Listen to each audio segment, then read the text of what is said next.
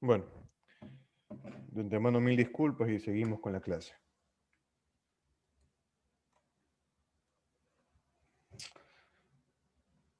Dentro de la libertad de expresión también está la libertad de prensa, la cual en nuestro país ha sido regulada por la ley de comunicación. Entonces, como Estado garantista, debemos asumir que se ha manejado de una manera fraudulenta este tema, ya que se ha asemejado a la libertad de expresión, a la libertad de prensa, como si fuese un buen público, lo cual no se puede hacer en un Estado garantista. Respecto al numeral 7, que procedemos a leerlo, el derecho a toda persona agraviada por informaciones sin pruebas o inexactas emitidas por medios de comunicación social a la correspondiente rectificación, réplica o respuesta, en forma inmediata, obligatoria y gratuita en el mismo espacio u horario. Respecto a esto, y como ampliación a este numeral, podemos manifestar que aquella persona que culpe a otra del cometimiento de un delito sin ningún tipo de fundamento, ni por medio de la interposición de un proceso legal, estará encuadrando en el tipo penal de calumnia establecido en el artículo 182 de nuestro Código Orgánico Integral Penal. Sin embargo, no habrá o no existirá lugar a responsabilidad penal si el autor de las calumnias se retractare voluntariamente por el mismo medio de comunicación que profirió la falsa acusación. Lógicamente, este artículo 182 del COIP acorde al numeral 7 del artículo 66. De la misma manera, citamos otra concordancia, como es el artículo 396 del COIP sobre contravenciones de cuarta clase, en su numeral 1, que establece una pena privativa de libertad de 15 a 30 días, si no me equivoco, a la persona que por cualquier medio profiere expresiones de descrédito o deshonra en contra de otra. Es decir, no el cometimiento de un delito, sin embargo, distintos insultos o distintas indirectas referidas a la honra de una persona, ¿no? Lógicamente, la contravención no será punible si las expresiones son recíprocas en el mismo acto, ¿no? Respecto al numeral 8, se toma en cuenta la libertad de culto. Para esto es importante citar el artículo 1 de la Constitución de la República del Ecuador, que determina que el Ecuador es un Estado laico, asimismo en el artículo 1 se presentan otras características, ¿no? Es decir, que carece de credo o que no se encuentra sujeto o influido por una religión. De esto se deviene el ejemplo de educación laica, que consiste en que los colegios no enseñen de religiones ni intenten obligar a los estudiantes a profesar ninguna de ellas. Asimismo, no se establecerán leyes acerca de la religión. Es así que a pesar de que en Ecuador se encuentran vigentes aún normativas como el Reglamento de Cultos Religiosos, que data del año 2000, el mismo se encuentra en su mayoría inaplicable o derogado tácitamente por dos razones, ya que en primer lugar la figura legal que existía anteriormente de ministro religioso, vale la pena recalcar, poseían una credencial de acreditación, ya no existe. Esta figura es nombrada incontables veces en el citado reglamento, por lo cual, en el caso de que no exista, o en la realidad que no existe, esta figura de ministro religioso, no existirá la aplicación, ¿no? Y segundo, ya que dicho reglamento tiene expresa concordancia con el Código Penal ya derogado por el COIP, por lo cual es en su mayoría inaplicable. En Ecuador, iglesias intentaron preparar y certificar a sus propios ministros, según el artículo 34 del proyecto de Ley Orgánica de Libertad e Igualdad Religiosa. Sin embargo, dicho proyecto presentado a la Asamblea en el año 2011 no fue aceptado, ya que buscaba brindar una connotación política a los ministros religiosos, yendo en contra del laicismo pregonado en el artículo 1 de nuestra Constitución de la República del Ecuador de Montecristi. No.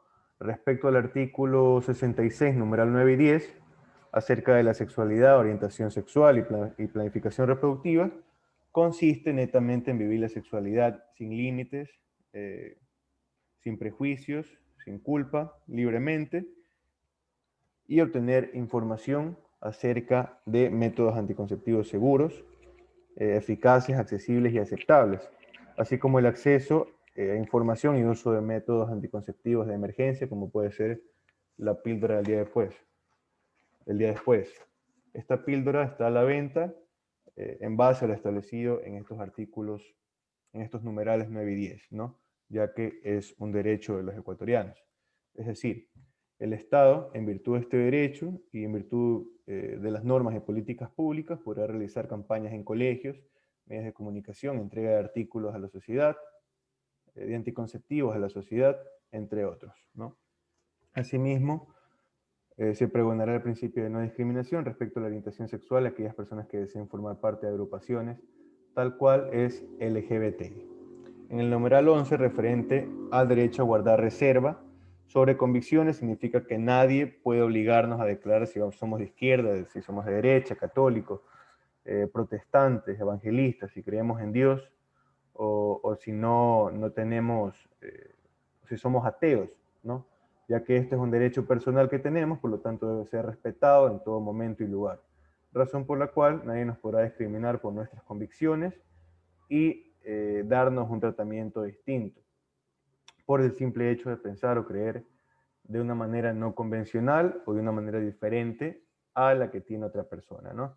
Respecto al numeral 12 del artículo 66, tenemos el derecho a la objeción de conciencia, en donde será necesario citar al filósofo político, eh, profesor de Derecho, Joseph Raz, ¿no? Quien define la objeción de conciencia como una violación del derecho en virtud de la cual, o en virtud de que a la gente le está moralmente prohibido obedecerlo, ya sea en razón de su carácter general o porque se extiende a ciertos casos que no debieron ser cubiertos por él. Es decir, una persona que no se siente totalmente capacitado, que no se siente con la experticia respectivo para realizar algo, podrá obviamente abstenerse de realizar una actividad, ¿no? Y asimismo, tenemos que la objeción de conciencia se divide en tres grandes grupos. En tres grandes grupos, como son la objeción profesional, como por ejemplo, quien se rehúse a formar parte en cualquier manera de la creación, de investigación, de fabricación o comercio de armas de guerra. Tenemos también la objeción médica o objeción sanitaria, quien se rehúse a intervenir en operaciones relacionadas con la interrupción voluntaria del embarazo, esto es el aborto, y también de la eutanasia. Allí se plasma la contradicción acerca de qué sucedería, por ejemplo, si se legalizara el aborto en el Ecuador y cómo reaccionarían los médicos contratados en seguridad social si no estuvieran de acuerdo con el aborto. Sería un gran problema respecto a la objeción de conciencia. También está la objeción del servicio militar, de quien se rehúsa de cumplir la conscripción o servicio que se preste siendo soldado durante el término previsto en la norma o en la ley, ¿no? De intervenir en cualquier guerra o conflicto bélico o de emplear ciertas armas. Una perfecta película para poder definir lo que es la objeción de conciencia en el ámbito militar es la película Hasta el último hombre, basada en una historia real y que narra la historia de Edmond II, quien era un hombre de fe y no creía en la violencia, pero quería aportar en la defensa técnica o en la defensa bélica, perdón, de su país. El desenlace es que basándose en la objeción de conciencia acerca de portar armas, no disparó ni una bala durante toda la guerra, ¿no? Se desempeñó únicamente en el papel de enfermero. Respecto al numeral 13 del artículo 66, tenemos el derecho de asociación.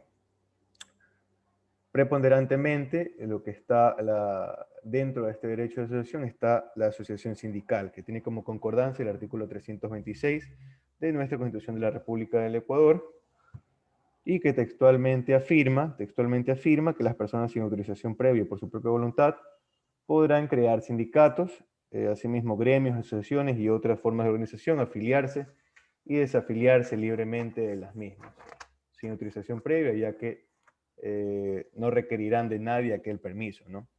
Otra concordancia es el artículo 440 del Código de Trabajo respecto al derecho de asociación sindical.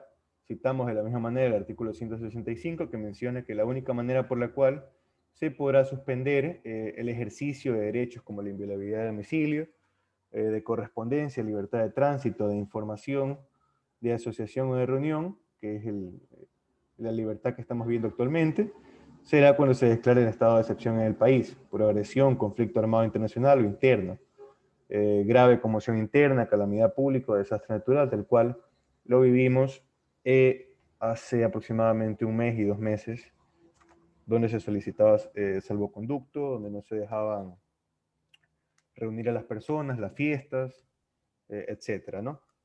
En el numeral 14 del artículo 66 también tenemos a la libertad de tránsito, que es la facultad que tiene toda persona de viajar y y mudarse de residencia dentro de la misma república, sin necesidad de ninguna carta de seguridad, pasaporte o salvoconducto, lógicamente, cuando no exista un estado de excepción. Cuando se viaja fuera del país, se solicita pasaporte o visa. Sin embargo, eso no se podrá considerar como una vulneración de derechos, sino más bien como un establecimiento de requisitos para poder salir del país. Asimismo, la única manera legal con la cual se podrá menoscabar la libertad de tránsito respecto a la salida del país será cuando la persona que quiere salir se encuentra procesada, es decir, en un proceso penal, y el juzgado ha decidido aplicarle una medida cautelar establecida en el artículo 522, numeral 1, como es la prohibición de salida del país, para asegurar la presencia de la persona procesada a juicio, ya que existe el riesgo de que se pueda escapar y no pueda comparecer al mismo, ¿no? Esa ha sido la clase por el día de hoy. Como ya les expliqué, existe un deber asignado en el aula Edmodo para su realización. El mismo se recetará hasta el día miércoles a las 12 de la noche. Será el deber referente al desarrollo de los artículos, el artículo 66, desde los numerales 15 hasta el 25. Ese es el deber planteado. Bueno, en todo caso, quería agradecerles por la atención prestada y desearles un feliz inicio de semana a cada uno de ustedes. Muchas gracias.